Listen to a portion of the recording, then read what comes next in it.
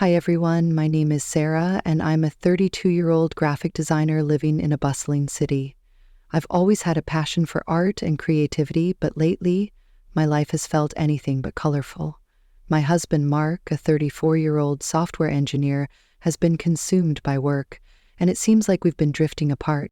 One day, I stumbled upon a letter that would change everything.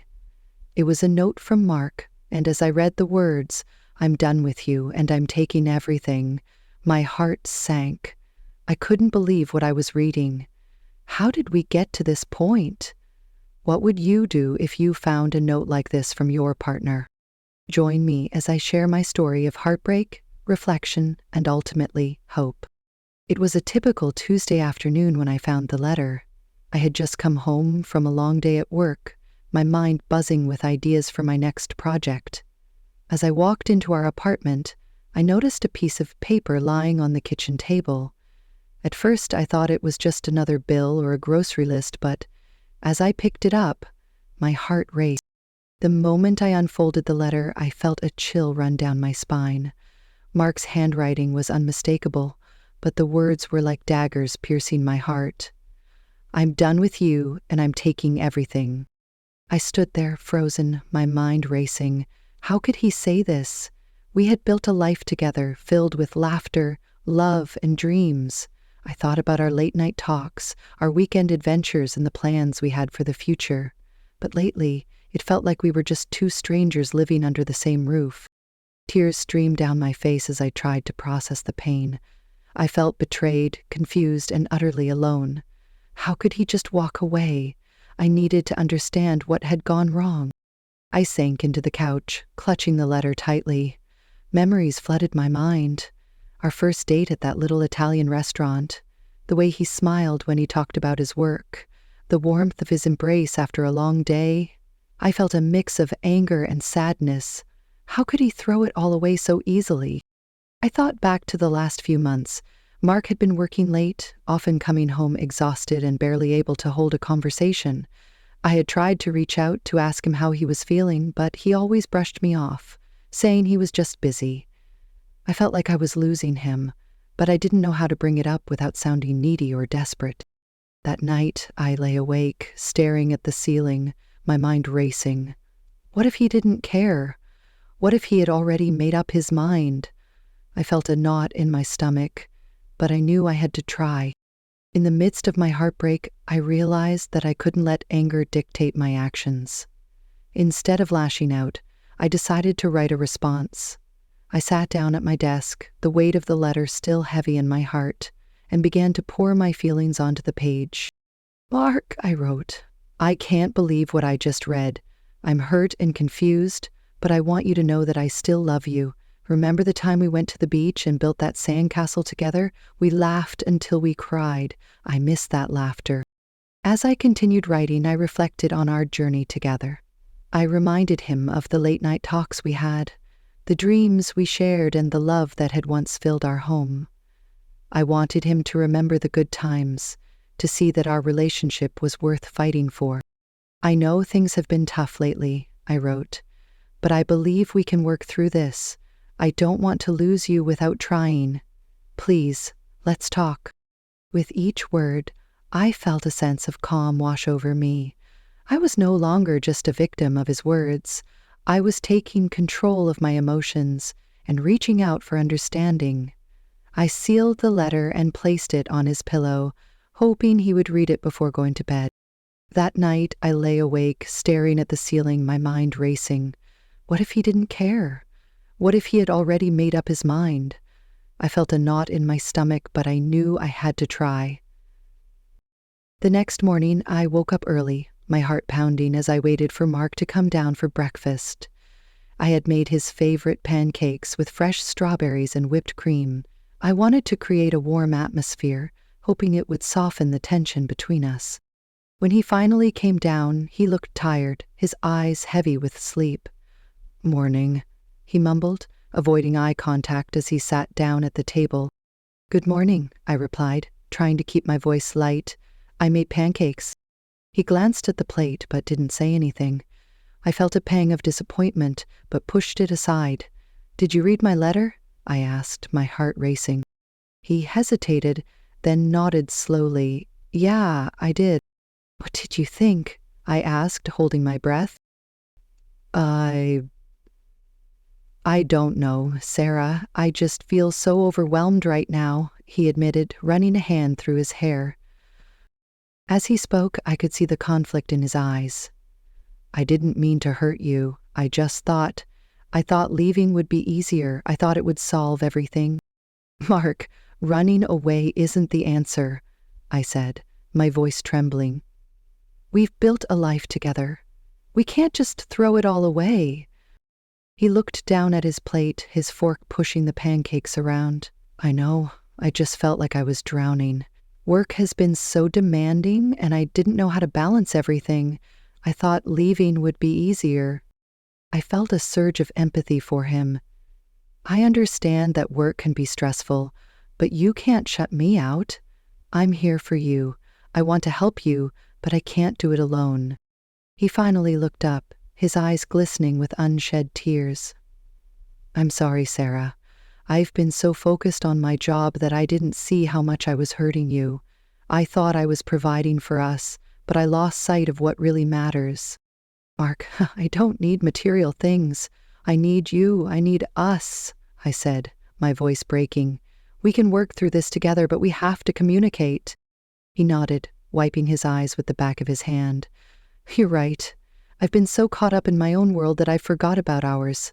I don't want to lose you. We decided to sit down and talk.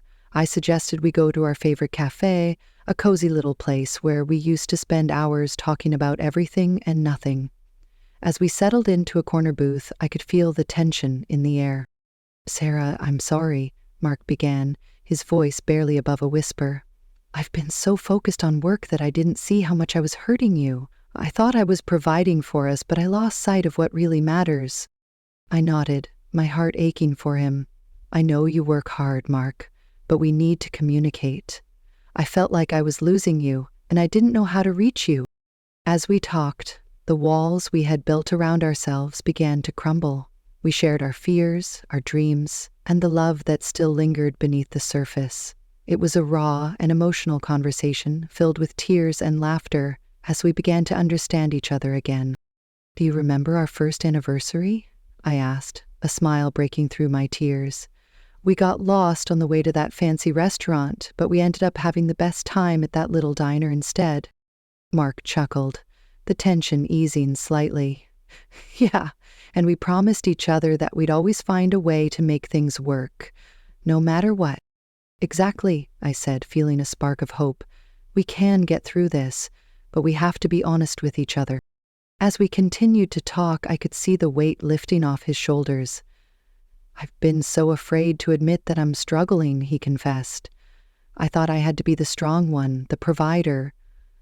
But it's exhausting. I get it, I replied, reaching across the table to hold his hand.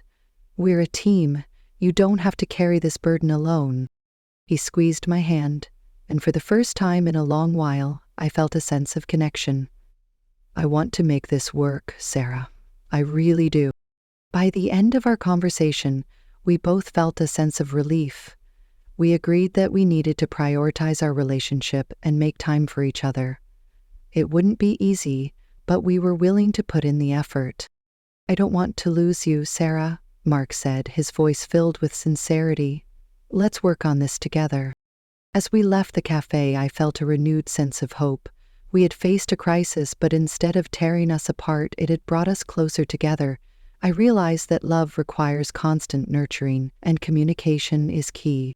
We made a plan to have regular date nights, to check in with each other about our feelings, and to be more present in each other's lives.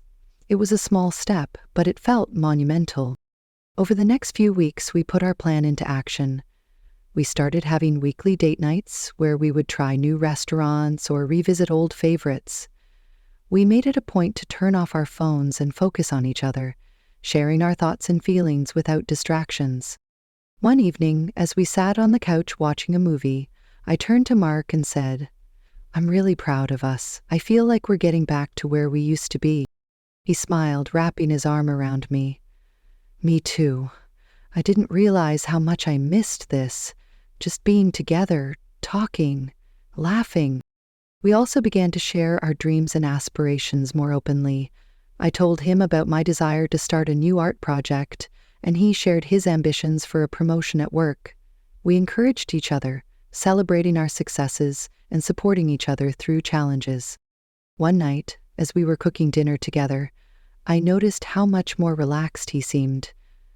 "You know, I've been thinking about that promotion," he said, stirring the pasta sauce.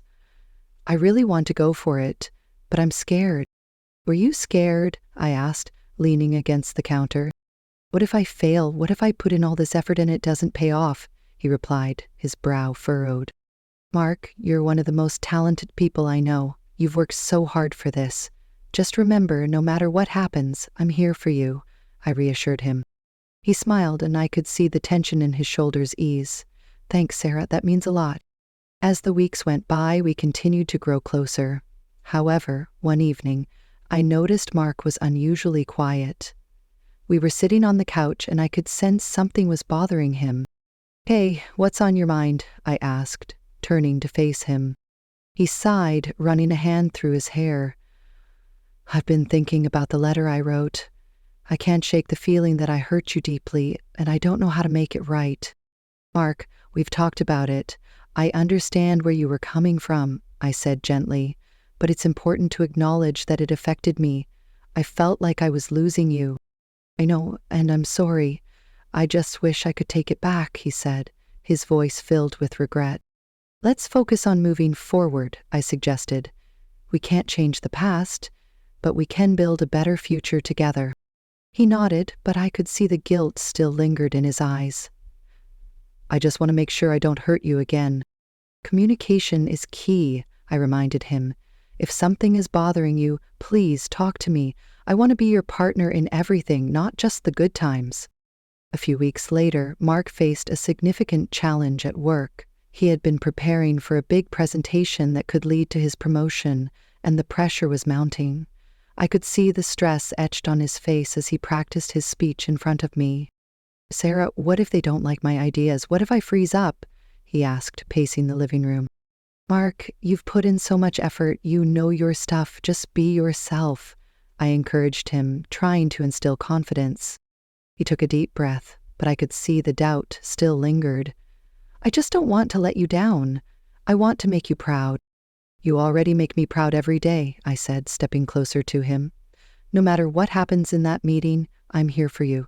Just remember to breathe and take it one step at a time."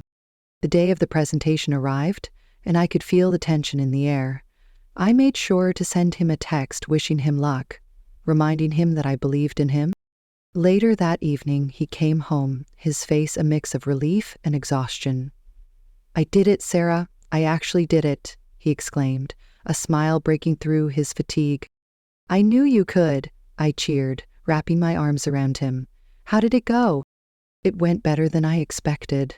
They loved my ideas, and I think I might actually get the promotion," he said, his eyes sparkling with excitement. To celebrate his success, I planned a surprise dinner at our favorite restaurant. I wanted to show him how proud I was and how much I appreciated his hard work. I made reservations and even arranged for a small cake to be brought out after dinner. When we arrived at the restaurant, Mark looked surprised. "You did all this for me?" he asked, his eyes wide.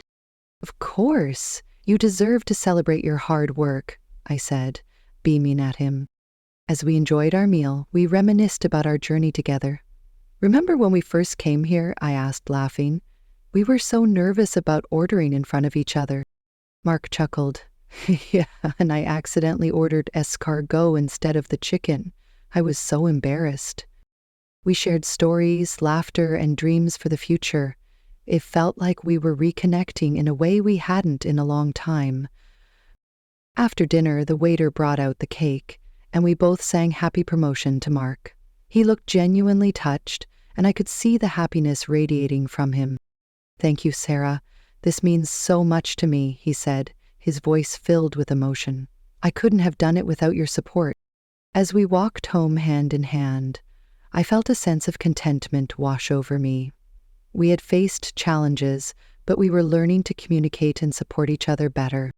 Sarah, I've been thinking, Mark said, breaking the comfortable silence. I want to make sure we keep this momentum going. I don't want to fall back into old habits. I agree, I replied. Let's make a commitment to each other. No matter how busy life gets, we'll always prioritize our relationship. Deal, he said, smiling. I want us to keep growing together. That night, as we lay in bed, I felt a sense of peace. We had come so far, and I was hopeful for our future. I knew that as long as we communicated and supported each other, we could overcome any obstacle. However, life has a way of throwing curveballs. A few weeks later, Mark received news that his company was undergoing restructuring. There were rumors of layoffs, and the uncertainty weighed heavily on him.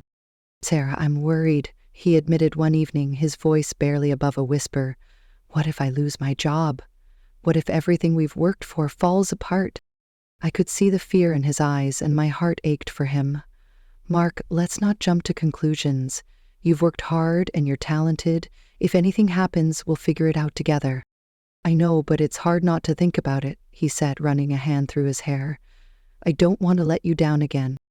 You're not letting me down. You're human, and it's okay to feel scared, I reassured him. Let's focus on what we can control. We can update your resume and start looking for new opportunities just in case. He nodded, but I could see the worry still lingered in his eyes. I just don't want to go back to that dark place where I felt like I was losing everything. In the following weeks, we worked together to prepare for any potential changes. We updated his resume, practiced interview questions, and even reached out to some of his contacts in the industry. Thank you for being my rock, Sarah, he said one evening as we sat at the kitchen table, papers scattered around us. I don't know what I would do without you. You don't have to thank me. We're in this together, I replied, smiling at him. I believe in you, and I know you'll land on your feet no matter what happens. As the weeks passed, the uncertainty continued to loom over us. Mark was on edge, and I could see the stress taking a toll on him. I tried to keep our spirits up, planning little surprises and date nights to distract him. One night, I surprised him with a picnic in the living room. I laid out a blanket, prepared his favorite snacks, and even brought out a bottle of wine. Wow, this is amazing, he said, his eyes lighting up. You always know how to make me smile.